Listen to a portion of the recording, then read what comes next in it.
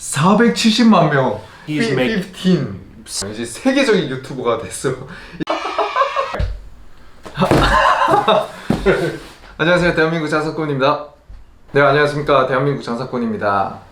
제가 오늘 모신 게스트는 이제 한국에 진짜 많은 이제 외국인 유튜버들이 활동하고 있는데요. 이제 그들의 삶이나 뭐 이런 거를 이제 좀 더 알고 싶어서 이 친구 이제 외국 유튜버 유튜브 채널 이름은 뭐지? Teists서울굿. 테이스트서울굿. It'll be linked here. Yeah. Thank you, editor. Yeah. 이 친구인데 한 지금 구독자 수가 거의 2만 명 가까이 되고 한국에 관해서 굉장히 많이 알려주는 유튜버거든요. 해가지고 이 친구를 모셔다가 좀 더 디테일하게 한번 토크를 진행하도록 해보겠습니다. Would you introduce yourself and your YouTube channel briefly? Absolutely, my pleasure. All right, guys. Hello. Thanks so much for that great introduction. Thanks for having me today. It's really nice to be here. Yeah. All right, so my name is Paul. I am from America. Sorry about Donald Trump. So yeah, I've lived in Korea for a while. I'm currently living in Seoul, South Korea, and I have a YouTube channel. Again, it's called Seoul Good. It's all about food, culture, and travel, but mostly about food because I like eating. If you'd like to find out about Korean food or other countries' foods, then come on over and check it out. But overall, I just like trying to have a little. Right now, it's really a hard time because of the current health crisis. I think it's a good time. We can't travel. We can travel through our computer screen. So try to take people and show them different places through YouTube. Yeah. 내가 지금 뭐 코로나 때문에 약간 이제 집에만 있는데 이 친구 이제 유튜브 채널 보면 전국 어디 거를 이제 다 볼 수 있어요. So what's it like running a Korean YouTube channel as a foreigner? I think these days it's fun. It's cool because there's a lot of opportunities. I think the market in Korea for YouTube is really expanding. So there's a lot of people who are trying to really make Korea kind of the next hotspot. So I know there are some video conventions and things that are kind of in the works to happen in the next few years. And there's a lot of talent coming out of Korea, not only as foreigners, but also Koreans. And there's a lot of foreigners who've kind of gotten their start right here in Seoul. There's a guy, Binsky. He's got millions of subscribers. He started here in Korea. Yeah. Sunny from the Best Ever Food Review Show started right here in Itaewon. He's got now almost 5 million subscribers on YouTube. 5 million? Yeah, he's like one of the top. Can I see his channel? Yeah, his channel's amazing. Yeah. Best ever. What is it type? Best ever food review. Wow. Yeah. So he's got a team of like. Wow. 470만 명. He started from the here, He right? lived, like you watch his first videos. He lived in like Gyeongnidan-gil. And now he's got a team of like 15 people. He's making 15. something like that. Okay. You can see he started right 4 years ago. Wow. This one is in 경리단길에서. Oh, you've already watched it. Yeah. Maybe we already talked about it. These are all like, this is Itaewon. Street Chores is 경리단길. 야, 이 유튜브가 이태원 경리단길에서 시작을 했는데 how many years ago? It says 4 years ago. 4 years ago. 지금 구독자 수가 이제 470만 명. 이제 세계적인 유튜버가 됐어. 이게 처음에는 이제 한국의 뭐 음식이나 이런 걸 소개했는데 지금은 완전 글로벌 유튜버가 다 돼 있네요. 거의 자기 팀만 해도 15명? 15명 정도 되고. What are 3 Korean food? Like 3 Korean foods impressed you and why? Okay, I guess there's 2 answers, right? There's the answer that I should give because Korean people love it if I say kimchi, bulgogi, and bibimbap. Right? Korean people love it when foreigners say those 3 things, but actually, I mean, I like. You don't have to do that. Well, I'm not going to. Don't worry. But if I had to narrow it down to 3 things, I'm a fan of Korean soup, like things like gamjatang or haejanguk, even like sorangtang, like simple soups. Simple soup. But I really am a big fan of those. I love the meat, things like bosam. Bosam. Yeah, I think that's really refreshing and good. I love meat, so I'm always going to choose like meat things. What else has impressed me? Some of the seafood. Seafood. Yeah, not all of it. I'm not going to lie. Like some of the things Koreans eat, seafood-wise, I'm not a fan of. Some restaurants are a little bit picky about the seafood. Yeah, I don't want honga. That's to me awful. I hate honga. But yeah, like hoe, things like that were really good. I mean, something even just as simple as like 닭갈비. 닭갈비. Like going to Chuncheon and eating 닭갈비 is really good. Something that I think a lot of Westerners and other countries people really like. You know, like raw fishes means like usually foreigners like Japanese style, like a chobab or sashimi like that. But Koreans sashimi like 회 is a little bit different. Totally different. Totally different. We just slice all the whole fishes and give them with special sauce and some. Yeah. But so which styles are like usually?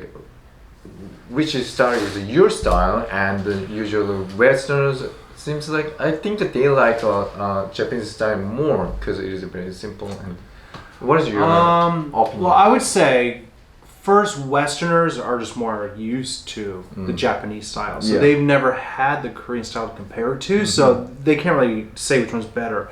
For me, when people ask me like which food do you like better, like A or B, it's hard for me to choose because I like the Japanese style and I like the Korean style. Like I don't want to have to choose between them. So to me, Korean like hey is really nice to like sit with a group of people. We have soju and it's a party and like we're there for a good time. Whereas like Japanese style is more like I'm gonna go to like a nice restaurant and like listen to like nice music and like have a different experience. So it's kind of like which do you prefer, like beer or champagne? Like I like them both, but beer and champagne, your perfect metaphor. Yeah, but sometimes it's New Year's Eve and sometimes it's bulgum. So it just depends. So I like both of them. I don't. So that which one is beer? I'm not answering that one. Okay, next. Like, many Korean companies try to like globalize Korean food, and also like some of them still like popular in the world. But according to your experience, which food can be a next popular like global food? I think I mean it's hard to say when we're talking globally because there's so many different tastes throughout the whole world. I'll say I have friends that are doing startup businesses of shipping Korean foods abroad. Everything from like gim to something called kimchi seasoning, which is a kimchi powder you can put on stuff. And I think they've all had really good success and they've been surprised at what people are open to. So when you think of like what is good, it's hard to say because people ask me this. Like, oh, what should be the next food like for Korean, like we should give out? And if I say something like, oh, you should, like I think gamjatang would be like a really popular dish. And then Koreans are like, oh, but isn't it spicy? Oh, but I don't think foreigners like this. And so they don't really listen. Instead they go, how about bulgogi? And then I go, okay, yes, bulgogi and BTS. So it's kind of like people don't really tend to listen. And I think the Korean government has put a lot of money to try to advertise Korean food. And that's always they choose is bibimbap and bulgogi. And not that either one of those things are necessarily bad, but I don't think they're the best Korean foods at all. So we have to widen more options. The market, it's not that, it's also the marketing. Like you can look back, I don't know, 5 or 6 years ago, the Korean, one of the organizations put together this huge campaign in Times Square, New York, and ran all these advertisements. The New York Times spent millions of dollars, I don't know, and it failed horribly because their advertisements were awful in terms of just the pictures and the celebrities and their descriptions of not meeting the local audience.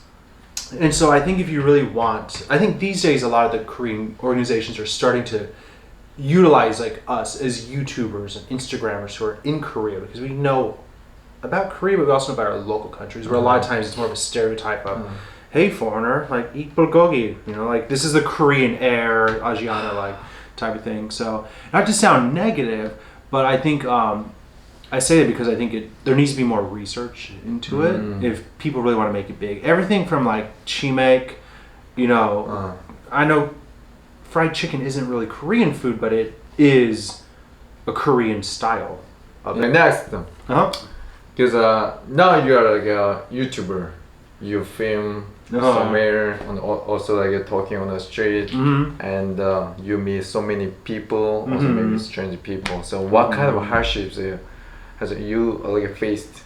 You're doing a YouTube job on the street. I think the hardest thing is just, I think the hardest thing is just, I think people really want to make it big. Everything from like chimek, I know fried chicken isn't really Korean food, but it is a Korean style of it. So It's definitely sometimes difficult to film in public here because if I try to go to a restaurant or a cafe, a lot of times there's loud music everywhere. So no matter how good your microphone is, you don't want music in your video because you're going to get a copyright claim. So that's challenging. Also, Korean business owners tend to be very secretive. So even if they invite me, say, hey, come to my restaurant and make a video, I say, hey, can I come in the kitchen and like take a look? And they're like, oh, sorry, that's a secret. So like, well, if you're going to invite me, like, why don't you open up the whole experience so I can make a better video for you? And so I can't always get the footage that I want. It can also be expensive to get gear, to get equipment here. Like things like cameras can be really expensive. Like I watched a video of this guy, he was trying to buy a GH5 and he literally woke up in the morning, flew to Hong Kong, bought a GH5 and then flew back to Korea. Even with the flight ticket and all the transportation, it was much cheaper for him to buy it in Hong Kong than Korea. So equipment, even if I'm ordering from Amazon or online in Korea, it's so much more expensive to get it here. So that can be challenging. That question I like it because I just want to know because some like other foreign your opinion. What do you wish the other foreigners or especially maybe foreign YouTubers know about Korea more? What do I want other foreign YouTubers to know about Korea? What do I want them to know?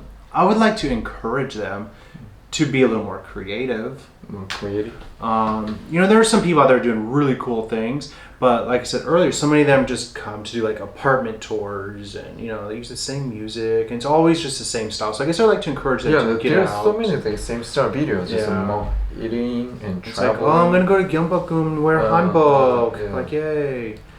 So I like to just see them show different parts of Korea and show different aspects. It doesn't matter if you're fashion or you're beauty or just a lifestyle blogger, you're a foodie or whatever you are doing, try to think a little bit more and get more information and do something special. Like Korea has a lot to offer people, but it's very easy to get stuck when you're a foreigner just doing the same things. So a lot of people put up those 10 videos that are easy to do and then just never do it again. The last question. What other countries would you go next? Oh, that's a really hard question right now because of the whole coronavirus thing. It's really hard to say.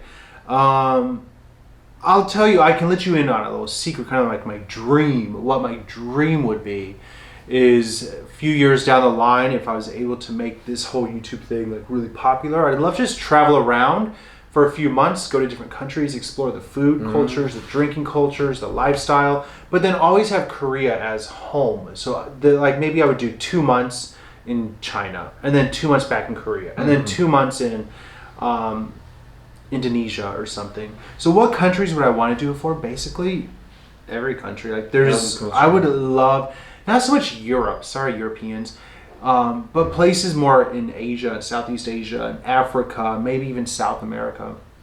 So I think I love going to the Philippines and Taiwan, night markets, all of that stuff. That's why all the many YouTubers started because of that reason. Absolutely. Traveling. Absolutely. It means that they're working though they're traveling. It's a lot of work. People think when you're traveling and doing videos that you're just taking a camera with you. No, it's work. The last vacation I took, I was videoing the whole time and it felt like I was working. I had lists and I had done research for weeks of places and things and prices and blah blah blah blah blah, and yeah, it's hard work, but it's worth it. I'm not gonna complain. I love it and I would love to do it for a long time. Cool. Yeah, sorry, I talk a lot. No, it's okay. Wow. This is why it takes me so long to edit. It's very helpful to understand the YouTube life. Anyway, I got so many information about YouTube life or living in Korea, and your information is very helpful to the other maybe next generation or next YouTubers. I hope I'm the next generation. Yeah, you already have a big channel, so anyway. Don't go that far. 어쨌든 와 이게 한국에 활동하는 외국인 유튜버인데 정말 유용한 정보들이 많았고 그들이 뭐 어떻게 생각하는 한국에 대해서 좀 더 디테일하게 알게 되었습니다. 이제 이 친구한테 제가 파는 상품을 이제 한번 이게 소개를 할 건데 이제 좀 긴장도 되고 왜냐면 굉장히 얘는 이제 그러니까 비판적으로 막 얘기를 다 하거든요. 해가지고 다음 영상이 궁금하신 분은 아래 비디오 한번 클릭해 주시고 좋아요와 구독도 잊지 말아 주시기 바랍니다. Thank you for. Thank you. Yep. Thanks for having me. Yep. Have a good day, guys.